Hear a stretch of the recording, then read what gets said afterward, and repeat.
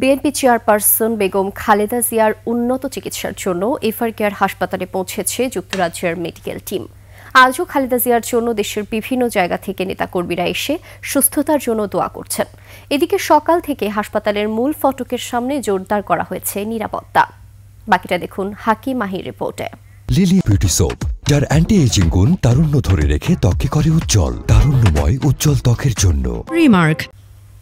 10 দিনের মতো রাজধানীর এভারকেয়ার হাসপাতালে চিকিৎসাধীন বিএনপি চেয়ারপারসন সাবেক প্রধানমন্ত্রী বেগম খালেদা জিয়া। তার শারীরিক অবস্থা এখনও উদ্বেগজনক পর্যায়ে বলে সবশেষ সংবাদ সম্মেলনে জানিয়েছিলেন তার ব্যক্তিগত চিকিৎসক।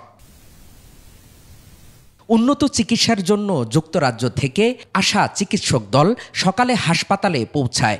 এছাড়াও আজ রাতে চীন থেকে আরেকটি চিকিৎসক দল আসার কথা রয়েছে।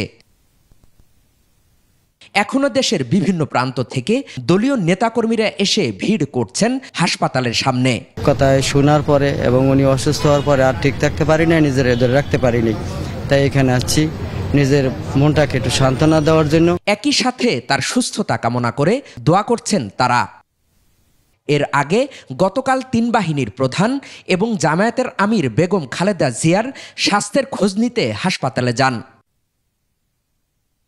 হাকিম মাহি, 21 টেলিভিশন, ঢাকা।